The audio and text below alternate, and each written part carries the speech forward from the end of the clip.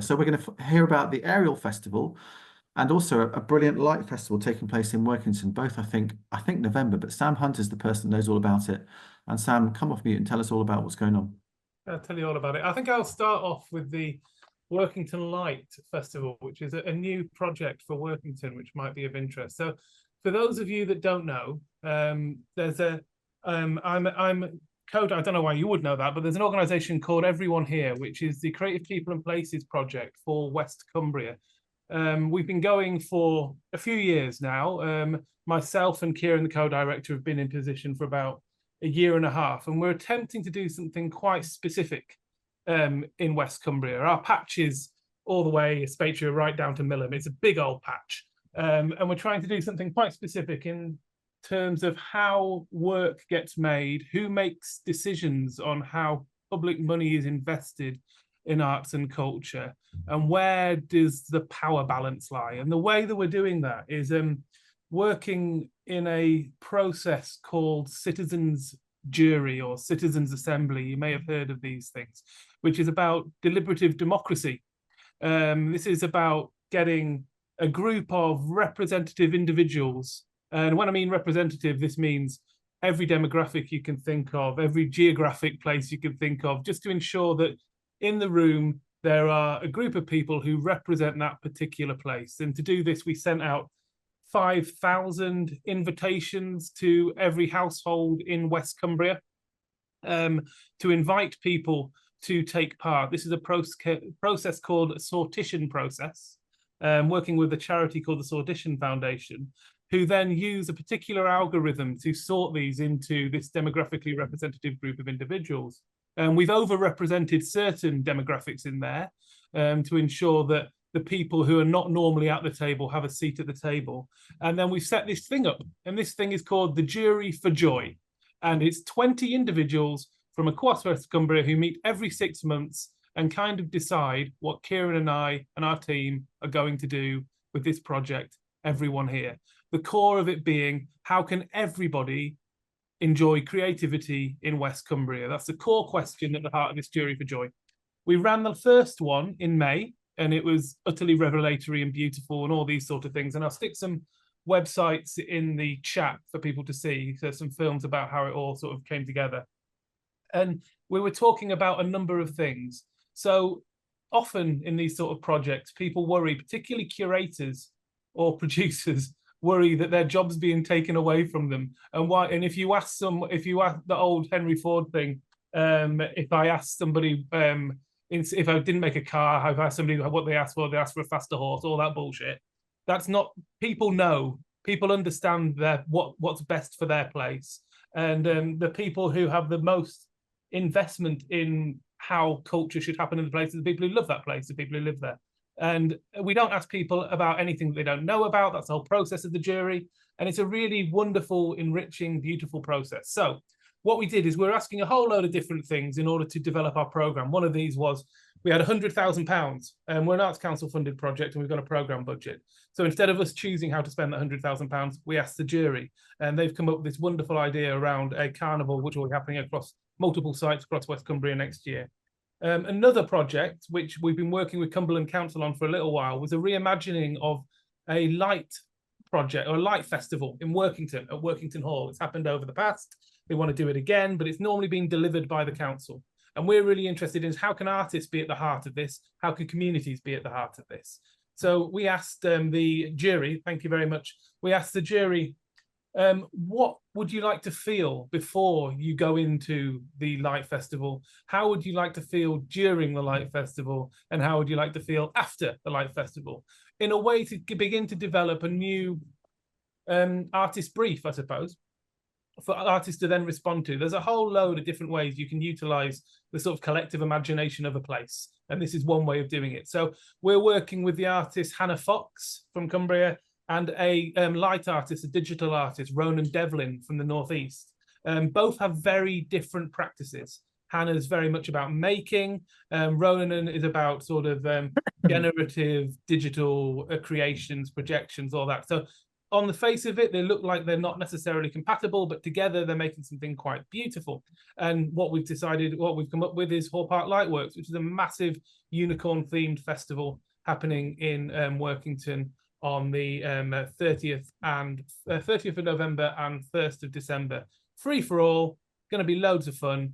Please come along. And the beauty of the Jury for Joy, because it happens every 6 months, is they will then attend the Workington Lights Festival and tell us if that's what they meant. And if not, we can go back and redo and all that sort of thing. So the next jury is happening the week before, where we've got a whole load of other projects. But it's a really fascinating, beautiful sort of, I don't know how you placed the sort of everyone's human right to creativity and culture at the heart of society by having it properly there. And that's kind of what we're trying to do there. But yeah, come along, you're all invited. And that's one of many things happening with Everyone Here. So everyonehere.org, have a look, check us out. Loads of things going on and loads of opportunities for people to get involved. Feels like Workington's got quite a bit going on at the moment. You know, it's all relative though, isn't it, really? Yeah. You know, there's opportunities. Like, I think the West Coast is beginning to focus on things, but it's just really hard, isn't it? No one's got any money. There's no investment. It's really difficult for people to make anything. So how can you make the very small amount of investment that's happening in those places go as far as it possibly can? That's going to be the trick for everyone. And with the festival, Sam, assuming it's a success and, you know, people think it's a good thing, could that become an annual or a biannual thing, do you think? Is there an ambition for a longer term legacy? Annual thing. So there is already a light festival at Hall Park happening. And so it happened the year before COVID. And so, but I think what we're interested in is how can artists and communities be at the heart of these things? So it's not just that putting something on, delivering something, people enjoy it and then leave. It's like something a little bit more ingrained within that particular community. And the opening night for Hall Park Lightworks is on the night where the lights are getting switched on in Workington as well. So I think it should be a really, really fun night. So 30th of November and 1st of December. Yeah. Okay, great. Lovely. All right. That sounds terrific. Now, you've got a sort of another hat to put on now, haven't you, Sam? Is that fair, or was this... Yeah, no, it's a totally different hat. Yeah, absolutely. Right, let's do it. Here, totally separate. This is a hobby. We're doing... So there's a few of us from the South Lakes. So we were all sort of born, brought up in the South Lakes. And we're interested in how can a place like, particularly the South Lakes, be repositioned as a place of contemporary inspiration. I think I moved away, I was away for 20 years and then I came back, and growing up here, it's very, very aware of a place kept in aspect for a memory of dead poets and all that sort of thing.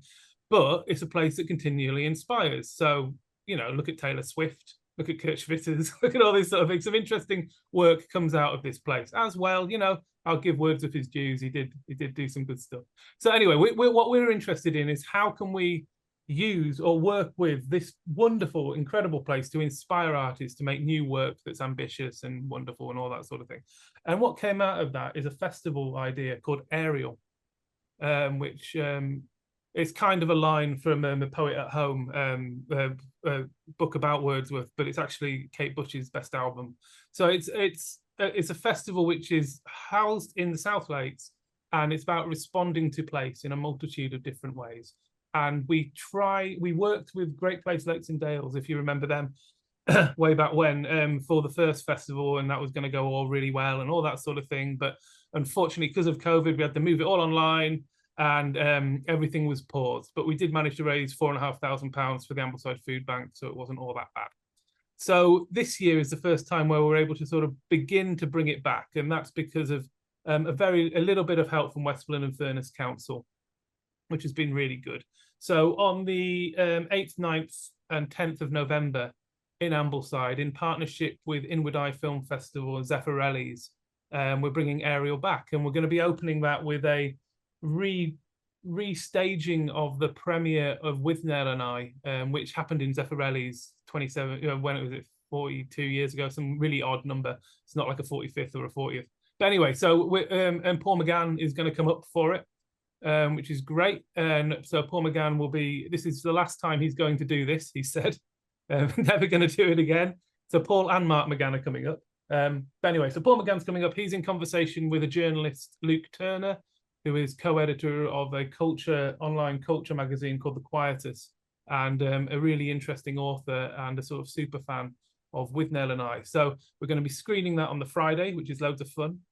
On the Saturday, we've got a few things happening. So we have this great partnership with BBC Radio 3, and we're bringing the BBC Philharmonic Orchestra up to St Mary's Church in Ambleside, and they're going to be collaborating with a Scottish composer, Erland Cooper, who has rescored his latest work, Carve the Runes and Be Content with Silence, for orchestra, and it'll be recorded for broadcast on BBC Unclassified, which is Elizabeth Alker, BBC presenters, sort of neoclassical show.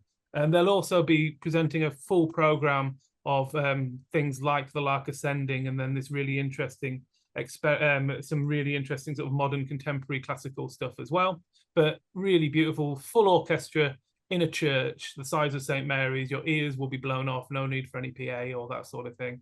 It's going to be utterly stunning. And then things like working with the author Amy Liptrot, who's just had her memoir, The Outrun, turned into a feature film with Saoirse Ronan. So Amy Liptrot will be coming and in conversation with Grasmere-based poet Polly Aitken, and talking about the film The Outrun after a screening of The Outrun, which is very exciting, as we found out that Grasmere WI have just finished reading The Outrun.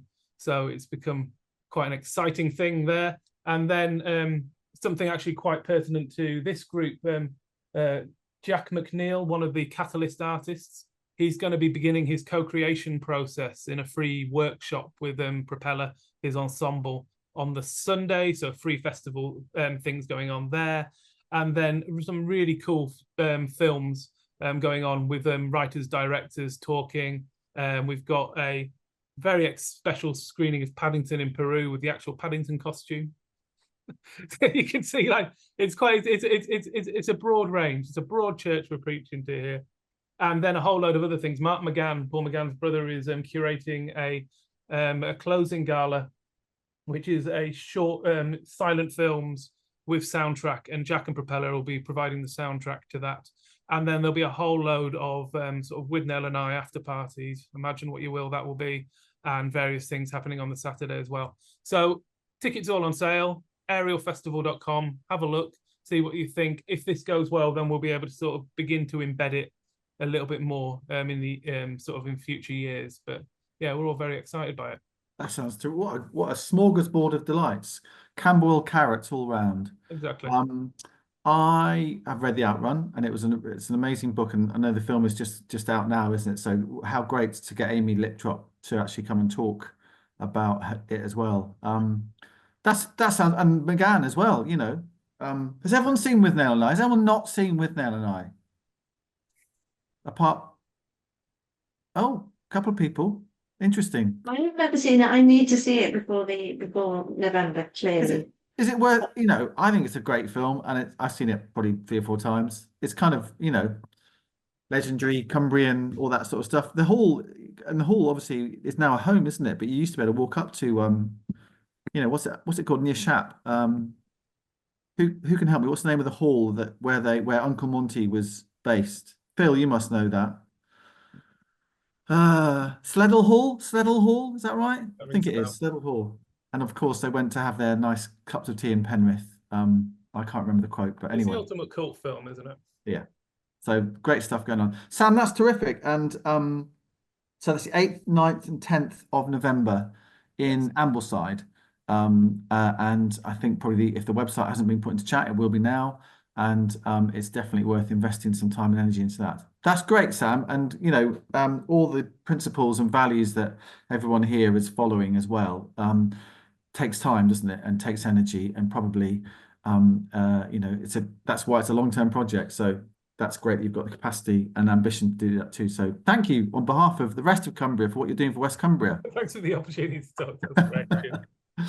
Right, well, let's skip along from West Cumbria to Bolton Gate near Ireby, off the A595, for those of you that know, between Carlisle and Cockermouth, where Angela Locke is based, and where her most recent book, Tamarisk, has been written, came out in the summer.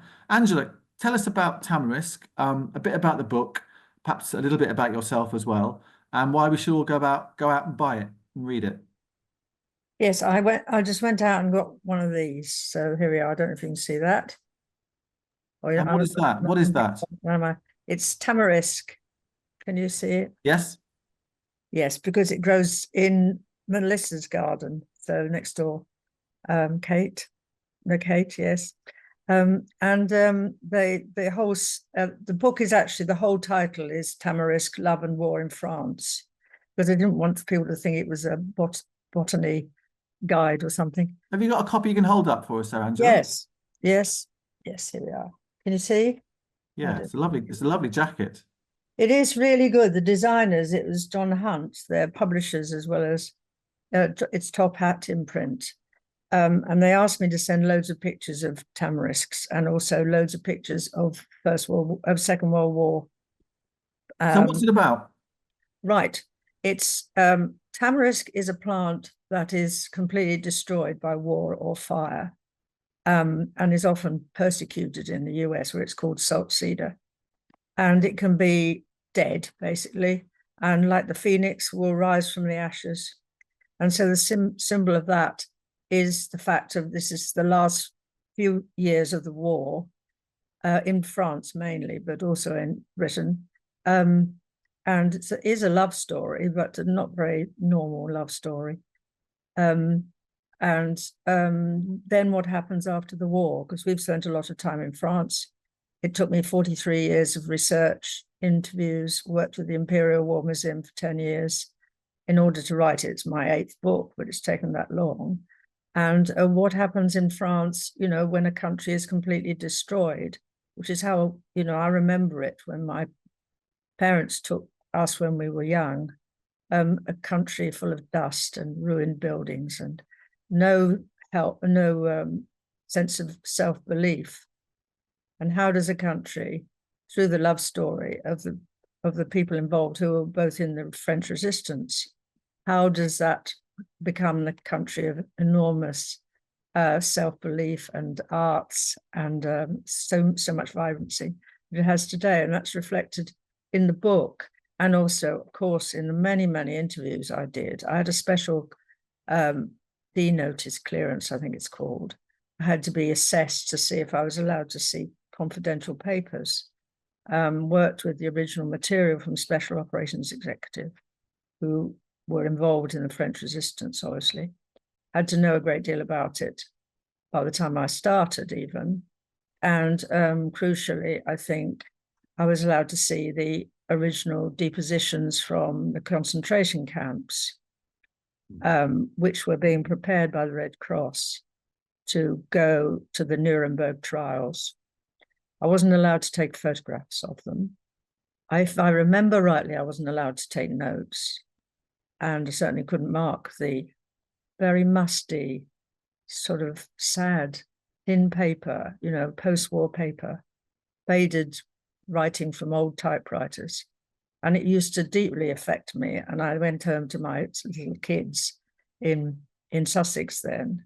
We've been in Cumbria for 35 years, but this was before that, and had to sort of deal with normal life. Often had a really bad migraine. And the story came from the interviews of survivors of the resistance, who often, the trauma of being in the resistance and leading a secret life was so intense that if people came back to Britain from F section, a few years later in a little hotel on the south coast or whatever, somebody would be found in his little room, having shot himself or taken poison or whatever, because their ordinary life was unbearable. And so, although it is a love story, it's also quite sad, and it's woven into the fabric of France. We used to spend quite a lot of time there. We had a mobile home for 20 years on an entirely French site. We had many friends, and some of the interviews came by accident. People don't talk much about the work of the resistance. It's not a very easy subject because of collaborators, because after the war, the Maquis were really sidelined and looked down on, because a lot of young men with machine guns knew how to defend themselves, kill people, living wild in the woods, They were great heroes during the war and after the war, and nobody wanted to know. So what happens then? So it evolved. So did it feel to you like yours had this book sort of within you, and that one day it would emerge, and it happened that it emerged, like this year? Yes, that's absolutely right. Thank you, Tom. I was researching Search Dog for 10 years and working with a mountain rescue. I was in the Himalayas. I wrote, a travel book. And yet the whole time this book was threading through my life and evolving. The two characters were so there from the beginning. And I did feel it was a real story. People ask me whether these are real characters, and I obfuscate about that because I have to change characters, etc., to be careful. But I use as a model the Hercule Buckmaster Rézieux little cell in France with all the individuals from the village, the carpenter and the butcher, all those involved in the resistance. And I had an extraordinary experience that we were on a back road near Angers, and they suddenly saw a little sign saying Resistance Memorial, knew nothing about it. Stopped the car full of complaining kids, and I walked up this little path. And there was the original names on this memorial that I'd been working with in the Imperial War Museum. I had no way of knowing that was going to happen, And so I felt I was in some way, involved in this book from the beginning. And it was a really deep experience. In fact, my secretary did some research and found out that the memorial was only built in 1965. And she found a black and white smudge photograph, where the survivors had clubbed together to put this little memorial up. And so, it was life-changing, really. I came to come live in Cumbria, I was doing research and for other books, but it was in me, I suppose. And sorry, go on. No, I was going to say, and your other books, I think you said you've written 8 books altogether. There's quite a wide range of different topics and ideas and pieces that you've written. They're not kind of all war fiction books, are they? No, none of them. They're mostly set in Cumbria in some form or another, except on Juniper Mountain, which is my travel book about the Himalayas. The only bit I think that's really about Cumbria is that I met a Tibetan monk in Safeways, as it was then, in Penrith. And he said, the book is not important, but the journey is important, which I didn't understand at all at that time. I thought the book's important, I went to write Dreams of the Blue Poppy, which is coming out in paperback in a few weeks, but originally came out in 2012. And to search for the blue poppy for the book, never saw the blue poppy the whole time. 4 trips, started Juniper Trust in the charity that I head up, where we're building schools in Nepal, all that stuff. Never saw a blue poppy. Came back to go to the doctors in Coldbeck, and across the road was an enormous field or garden of blue poppies blooming right in front of me, which was sort of a bit of a lesson, actually. And I turned out to be the original seed from George Sheriff, who the owner of the house's uncle had probably half-inched and planted in his garden. So sometimes, truths lie a little nearer to home, All right. Okay. That's a nice story. So Tamarisk, for sale at all good bookshops, I'm sure, across Cumbria and beyond. And obviously came out, I guess, don't know whether this was the plan, but at the same time as all the D-Day, final D-Day celebrations that took place early this summer as well. Yes, because we were at the 60th, 70th, and we weren't at the 80th, but this is the 80th anniversary. And it came out 5 days beforehand. I complained because then I didn't get the connection. Whether they did it on purpose, I don't know. But and you're being bashful, Angela, but haven't you just heard this morning that you've been shortlisted for an award, for a prize for the book? Is that right? Just tell us a bit about that. Yes, so from the Stanford Travel Writing Award, for a book that accurately, reflects place.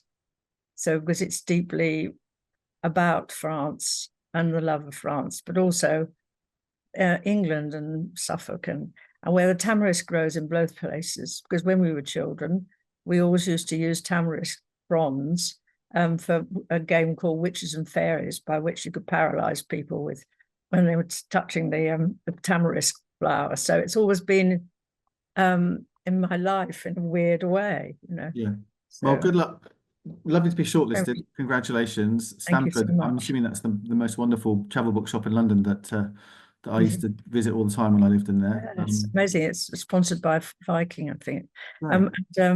I've done some radio and etc. But also just to say that I can't get to this very often because we always have carers for my husband in at this time, and so I was a bit worried. We've cancelled the carers this morning, but and if I'm not here, that's why. But I come, you know, I know about it, and we also run, of course, Maryport Arts and Literature Festival in Cumbria, in Maryport every year. It's our 15th, so I'd like to talk to Sam about that. Yeah, for sure. Okay. All right. Lovely. Thank Well, you. Angela, thank you. Thank Thank you you. for telling us about Tamarisk, and long may it continue to be a bestseller for you Thank and you. for those people that enjoy reading it. Lovely stuff. Thank you very much, Angela. Thank you. It's been delightful to be here. Thank you. Great. All right. Well, let's just stay with books because we're now going to just cross back up to Carlisle along 595 to find out about the Carlisle Poetry Symposium, which is taking place on October the 5th, which I think is next weekend, isn't it? So Andy Hopkins is the man who heads it up, but I know that Phil Hewitson, who a lot of you will know, has a big part to play in the poetry scene of Carlisle and beyond as well. For those of you that don't know, Phil also runs Caldew Press, which has got all sorts of books coming out in the foreseeable future. So I'll cross to Phil, and we've got a little bit of visual and a bit of audio for this as well. So Chris, Phil, between you, take it away. Oh, thanks very much, Tom. Yeah, as you say, the Carlisle Poetry Symposium really is Andy Hopkins' project. And he very kindly sent over some audio, and I did some slides. So I don't know if Chris, would you like to bring those up if we can? Yeah. For those of us who don't know, Phil, symposium, what does that mean? It's a grand word, isn't it? It's a grand word for a meeting or a gathering, really. And the idea is to bring published poets together with us aspiring poets and pick their brains, I guess, and they have a 20-minute slot to read to us and talk about their books and their experiences getting published and in the industry. And yes, it's a great opportunity to sort of ask questions, network, and there's also open mic slots for people to come along, and you've got 4 or 5 minutes to share 1 or 2 poems.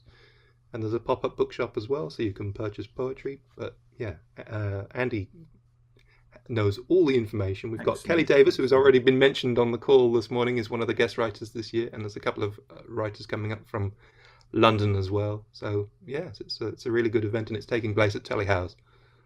I fancy that Derek knew that the original meaning of symposium was a drinking party, and if Derek says it is, then it is.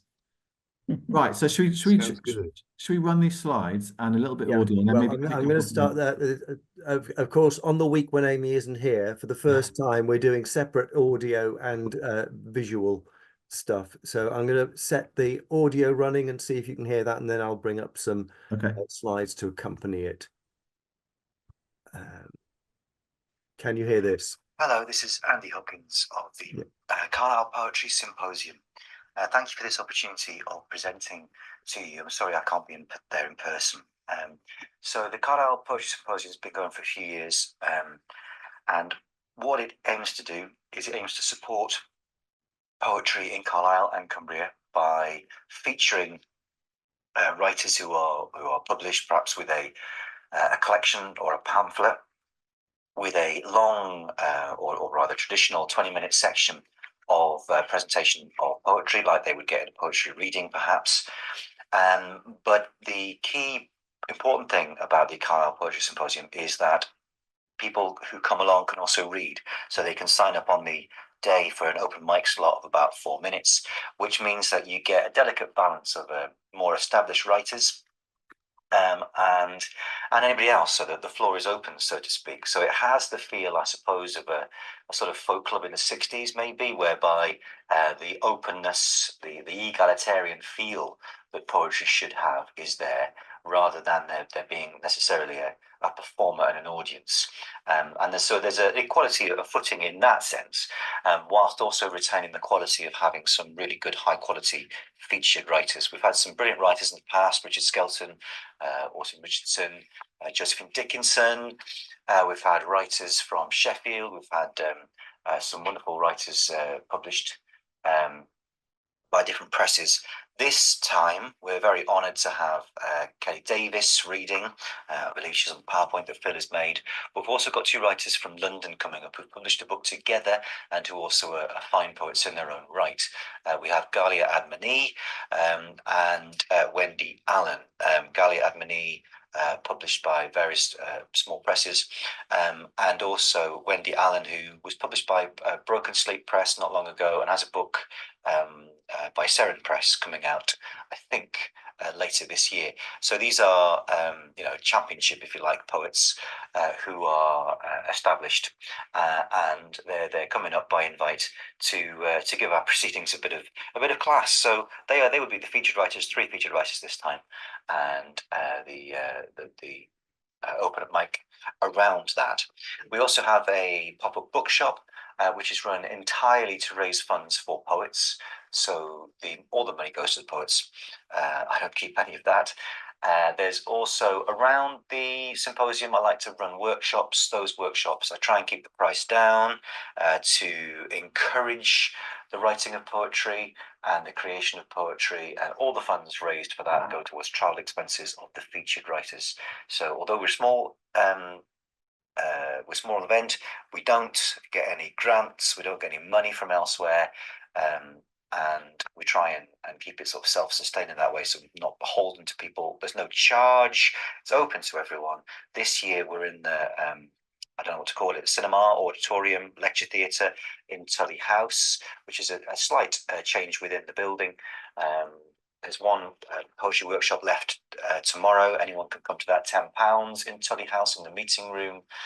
And I think that's about all that I have to say. There's videos that Phil has made. He could perhaps share the links of people reading at the Poetry Symposium, Josephine Dickinson, among others. And yeah, I think it's a force for good. I want to keep it accessible. I want to keep it running. I want to keep it have high quality. So that's my pitch. Thank you for listening. Thank you for the opportunity to share this morning. And I hope to see some of you at the Carlisle Poetry Symposium, the dates of which will be on the slides that Phil has very kindly made. So thank you for your attention and your consideration today, and I hope to see you soon. How slick was that, everybody? Was that a photograph of you at the end? I think that was George standing up at the end there. Yeah. Waxing lyrically. Thought so. I was delighted to be invited down. Can't remember to be headlining. Or anyway, I think it was a year ago. Yeah. Terrific. That was great. Phil, anything to add to what Andy's told us? Well, he summed it all up beautifully there, and thank you, Chris. You made magic happen there. It was great. We had sound and vision. No, it's wonderful. I mean, the symposiums are a wonderful event. Andy started them back in I think May 2018 was the first one, and he tries to make them happen twice a year. And it's a really good place for people to come along, and it sort of, I think it enables people to consider poetry in a different way. Yeah. And you hear from all sorts of different voices, and you can find that there's no one route to success or expressing yourself. It's a really lovely event, and as he says, let's keep it going, and everyone's welcome to come along. Excellent. So 12 o'clock, it kicks off October the 5th, next Saturday. A chance to hear Kelly Davis do her lovely stuff as well, The Lost Art of Ironing, her most recent book. She's got a lovely slow delivery, lovely slow deliberate delivery as well, Kelly. There you go. So that will be a treat too. Lovely. Thanks very much, Phil. Thanks very much, Chris, for making it all glued together as well. Something to look forward to there. Right, 19 minutes past 10. Kate, did you want to mention just a little bit of CACN business? Yeah, let's just spend a moment thinking about CACN's offer to you all. As we said last week on the call, there's quite a lot of training coming up on offer. It's all affordable, deliberately affordable. It is all really high quality, and it's all delivered by people who are specifically working in this sector, so who understand the challenges of what it's like. So the first one coming up is evaluation training with Kate Roddenhurst, who I've worked with lots on the Helping Hands volunteering project. She was the project evaluator for that and did the most amazing job. The training with Kate Roddenhurst is on the 1st of October. I believe there are a very small handful of places left. 1st and 3rd of October, it's 2.5 hour sessions online. Prices of £12 to £22. So we really do try and keep this as affordable as possible. But if that is not affordable to you, please drop us a line confidentially and we will do something about that for you. You don't want cost to be a barrier. Just so we're clear, Kate, how is it affordable? How is it affordable? Where do you get the money from to pay people? It varies on the training course, but this one is, I guess, a mixture of Arts Council and Sellafield. It's part of our core programme. It's a tail end of an Arts Council grant. The next one coming up is Your Art is Your Business. Now, this one is if you live, work or practice in Cumberland, because it is funded specifically by the Cumberland UK SPF through the Cumbria Community Foundation. Your art is your business. I know there are a couple of people on this call who attended the first session that we did of this with Sita Brand in Kendal. Kate, Lavender, you were there. We had such a good day, didn't we? It was transformational for me in terms of how to think about your practice as a creative or freelancer in terms of a sustainable business. Kate Lavender, how was it for you? Yeah, it was really good. There was some stuff that she sort of clarified that made me feel confident that I was sort of on the right path, and then there was some stuff that really made me think about things probably more seriously than maybe I had done before. And the discussion in the room really helped as well, having lots of people coming from different areas. But yeah, it's completely changed my business, and I'm actually now going to be doing my art full time quite soon. So it's really helped. Yeah. So I recommend that session highly. That is at the Quaker Meeting House in Keswick on the 9th of October. Then you yourself, Tom, are delivering 2 sessions, one in Whitehaven, one in Workington, so at the Beacon and at the Carnegie, about presenting and pitching, how to make the most impact and get better at presenting in person. Do you want to say anything about those, Tom? Obviously, they're going to be brilliant. Just to say that it's very much a discussion about it. I've got a few bits of film to show people about people doing presenting and pitching, plus some friends of mine who are kind of experts at this kind of thing. So sort of don't just listen to me, listen to them. And some of it is about doing stuff online. How do you pitch and present online? What are the particular skills that you need to bring to that? And some of it is about how do you do it in person? So the old-fashioned way, when you actually turn up in front of some other human beings and have to either present or pitch to human beings in the room. So we look at both angles. And then most importantly, everyone gets a chance to do a presentation as well in a very safe, secure and critical friends in the room environment. So you get a chance to actually practice what we've been discussing. Yeah. And then the final couple of sessions, which are in the current programme, also funded by Cumberland, and therefore for anybody who lives, works or practices in this part of the world, The Essentials of Marketing with Helen Palmer, another real expert in her field. And it's for anybody who's running their own practice or who has marketing as part of what they do. If you run a small organisation, often it's part of your job, and you may not be a specialist. You can't be a specialist in everything. So this is a session that strips it back to basics and helps you understand the audience and takes it from there. So I would recommend those sessions as well. Helen Palmer is a really, really effective trainer.